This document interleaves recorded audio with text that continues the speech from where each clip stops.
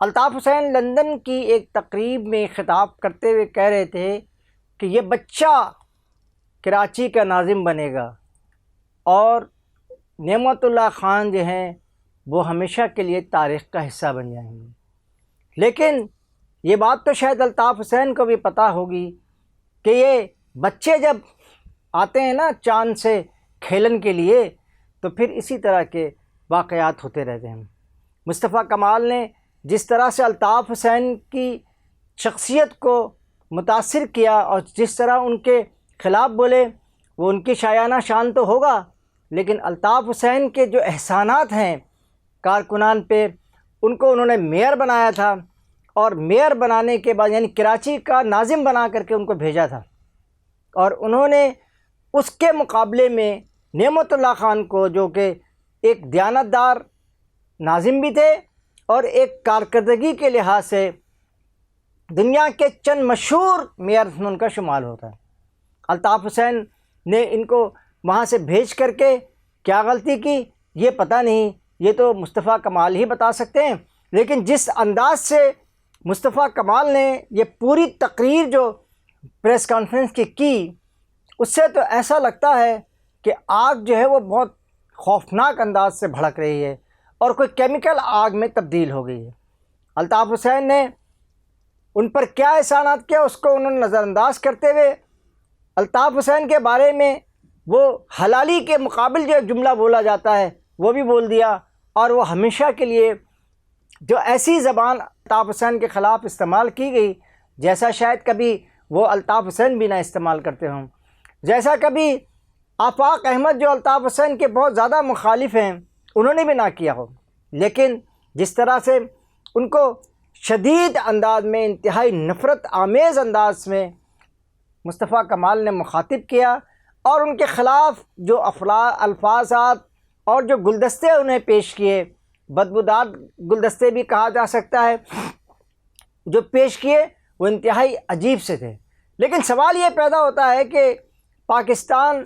متحدہ پاکستان میں اور انٹرنیشنل متحدہ جو ہے وہ لندن میں چل رہی تھی، اور دونوں ہی اپنی اپنی ڈگر پہ کسی نہ کسی طرح سے کام کر رہے تھے۔ یہ اچانک کہاں سے یہ جو ہے نا بجلی کی جو بہترین قسم کی واٹ ہے وہ ان پر گرائی گئی اور بجلی چمکتے چمکتے بھڑک اٹھی ہے۔ اس کی وجہ صرف وہ عمران فاروق کی اہلیہ کی میت کا پاکستان آنا تھا۔ دوستوں، آپ کو شاید یہ بات تو معلوم ہے کہ عمران فاروق کی میت کو پاکستان لایا گیا اور ان کی یہاں ان کی وصیت کے مطابق تدفین بھی کی گئی۔ اللہ ان کے درجات کو بلند کرے، اللہ ان کی مغفرت فرمائے۔ انہوں نے انتہائی مشکل وقت جو ہے وہ اپنا اس میں متحدہ میں دیکھا۔ بہت عرصے تک تو عمران فاروق غائب بھی رہے، اور جب وہ کچھ اچھے دن وہاں شروع ہوئے تو لندن میں ان کا قتل کر دیا گیا۔ اس لندن میں الطاف حسین پر یہ الزام بھی لگایا گیا، لیکن لندن کی عدالتوں نے اس پہ سیر حاصل گفتگو کی۔ اب سوال یہ پیدا ہوتا ہے کہ اگر مصطفیٰ کمال کے پاس یہ سارے ثبوت اور ساری باتیں موجود تھیں تو وہ لندن کی عدالت میں جاتے اور بتاتے کہ یہ شخص قاتل ہے، اس نے قتل کیا ہے اور اس کے یہ ثبوت ہیں، جیسا کہ انٹرنیشنل متحدہ قومی موومنٹ کے ترجمان عزیز آبادی صاحب نے، مصطفیٰ عزیز آبادی ان کا پورا نام ہے، انہوں نے اپنے بیان میں یہ بات واضح کر دی ہے کہ اگر مصطفیٰ کمال اس طرح سے بات کر رہے ہیں جس طرح سے انہیں پریس کانفرنس کو خوش کرنے کے لیے یا اپنی کوئی بات کو مٹانے کے لیے، تو ضرورت تو اس بات کی ہے کہ مصطفیٰ کمال اس کے ثبوت جو ہیں وہ لندن کی عدالتوں کو پیش کریں، اور اگر ان کے پاس ہے،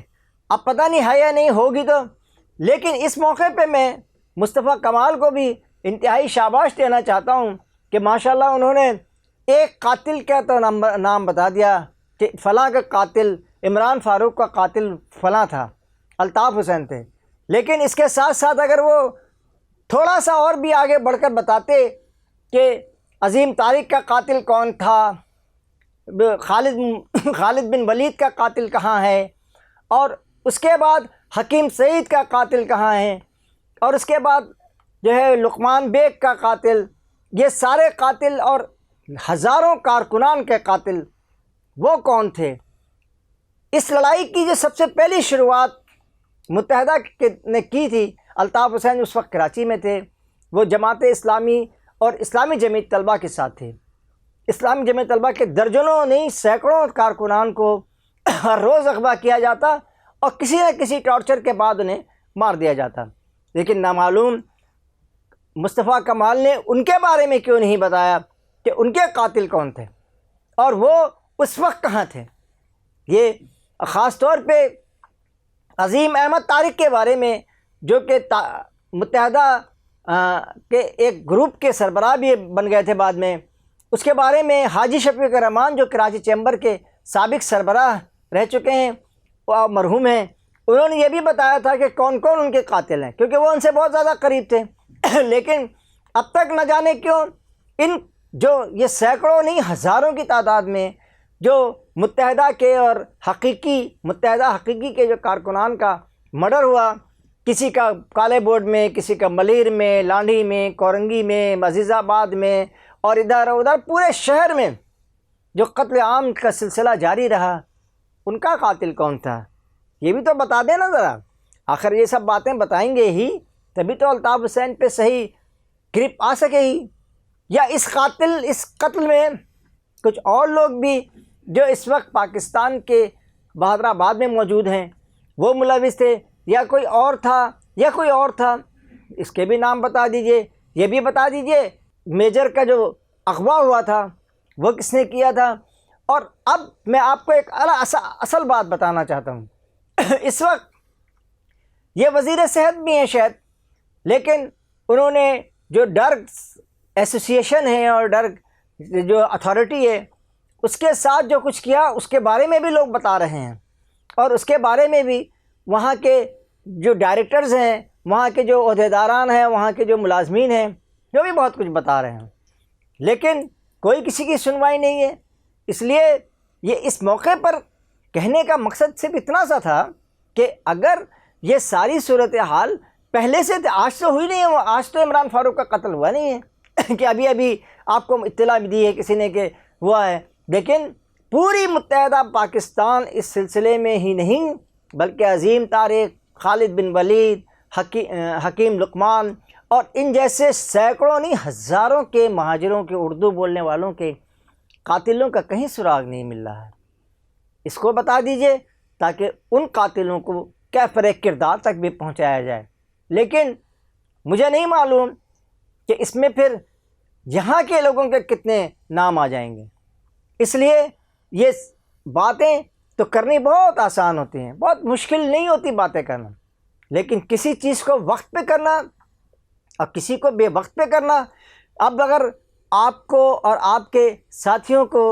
جو ہے وہ عمران فاروق کی و اہلیہ کی تدفین میں شرکت نہ کرنے کے جرم میں آپ ان کو آج قاتل بتا رہے ہیں، تو بھائی عمران فاروق نہیں آج ان کا قتل ہوا، ان کی اہلیہ آج انتقال کر گئی ہیں، اب ان کی اہلیہ کی بات کر رہے ہیں، تو اب ان کے مرنے کے بعد آپ بتا رہے ہیں کہ یہ ایسا ہوا تھا اور ایسا ہوا تھا، یہ بالکل ایسا ہی ہوگا۔ لیکن میں اس موقع پر محترم الطاف حسین صاحب سے یہ بات دوبارہ کہنا چاہتا ہوں، یقیناً آپ کو افسوس تو ہو رہا ہوگا